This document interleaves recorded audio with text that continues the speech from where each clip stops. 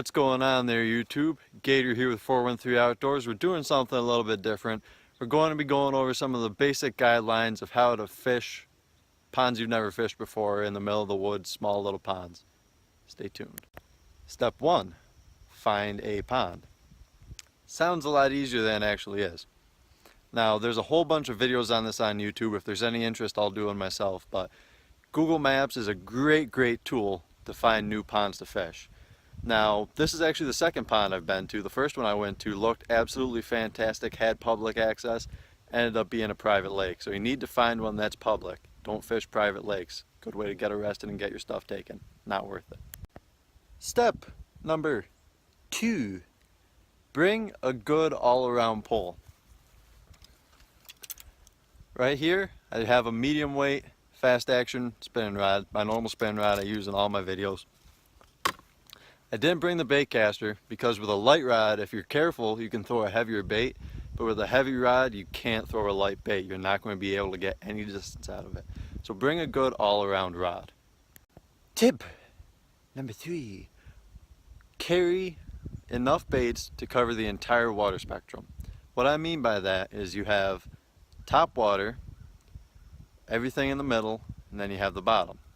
Now, I would carry some frogs, some poppers, that would cover your top water, and then flukes, Senkos, maybe some shallow running crankbaits, that would cover your middle of the water spectrum. Bottom baits, jigs, Texas rigged worms, stuff like that. Now, you don't need to carry all of your gear into the woods. I carry my box because it's pretty light. I have it toned down to the essentials, but just carry enough baits to cover that and go with smaller baits, because bigger fish will hit smaller baits, but small fish won't usually hit a larger bait. So when you're just learning the pond, it's usually better to start off with a smaller bait and learn the fish and learn what kind of fish are in the pond before you go throw in a 10-inch worm or a super shad rap trying to catch a muskie in a pond that's only got pickerel. Now, my 4th tip comes from being a fly fisherman. Don't cast or start fishing right away. Stop and watch. Look at the water, see if you can see anything that's happening. If you can see trout coming up and sipping things off of the surface, if you can see bass coming through and smashing frogs off of lilies, and if you can see fish in the shallows, those are all awesome tools to help you catch more fish. And if you had started fishing right away, there's a good chance that you would have missed those things. And if the lake only has trout in it, little brook trout, native brookies, and you're out there chucking a 5-inch dinger, good chance you're not going to catch anything. So it pays to watch. Watch before you fish. Goes for everything. Now, a perfect example of watching before you fish is, I don't know if you can see it really well, but in the middle of the screen there, it's kind of a glare. There's probably about a 2.5 pound bass just swam by. Watch before you fish. Now that we've gone through some of the tips to get started, let's start fishing.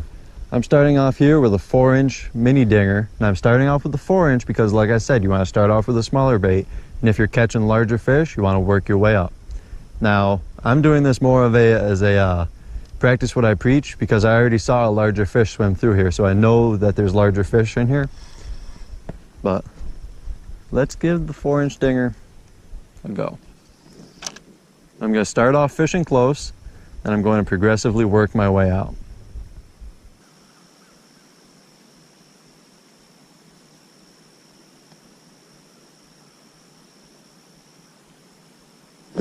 Got him. Feels like a decent sized fish. Oh, and he spit it on the jump. That's a shame.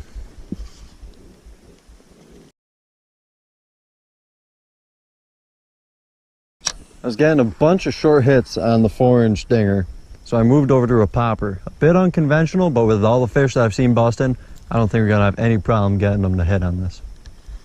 And I wanted something with more hooks, treble hooks. Stop a lot of short strikes.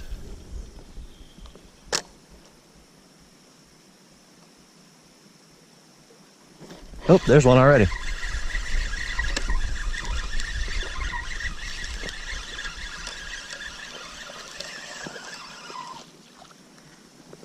Folks, there's our first fish. He caught one of the trebles in the gill. I'm gonna Get him back out there real quick. Swam away without a problem. Typically, if you get them in the gill, if you can get them in the water quick enough, they usually swim away fine. It's only when you're sitting there having to do surgery on them that it's really an issue. But you see, as soon as I got that popper on there, I twitched it once and he smoked it. Small fish, but a step in the right direction.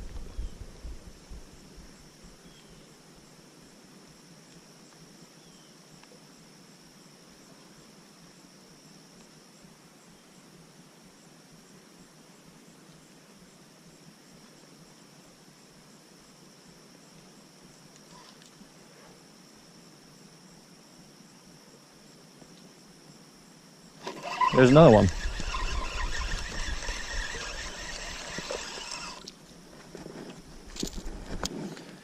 And there's our second one, number 2, even smaller. Step backwards.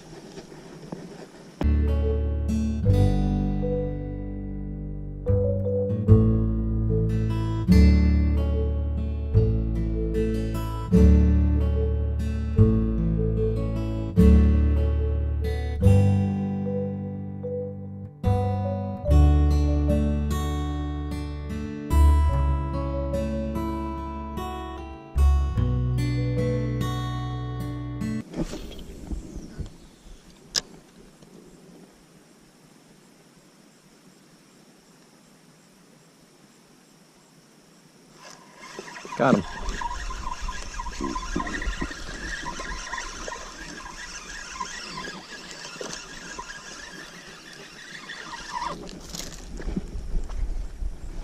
Another little guy, but look at the color on him. That is a gorgeous fish. He gone. All right, everybody, that's gonna do it for me. Storm's rolling in and I don't feel like getting hit by lightning, so if you like the video, give it a thumbs up and subscribe. That helps the channel grow and helps us out a lot. If you click that up there, that's another video, maybe another video up there, and if you click that button right there, that'll subscribe you. My name's Gator, and I'll see you later. Goodbye and God bless.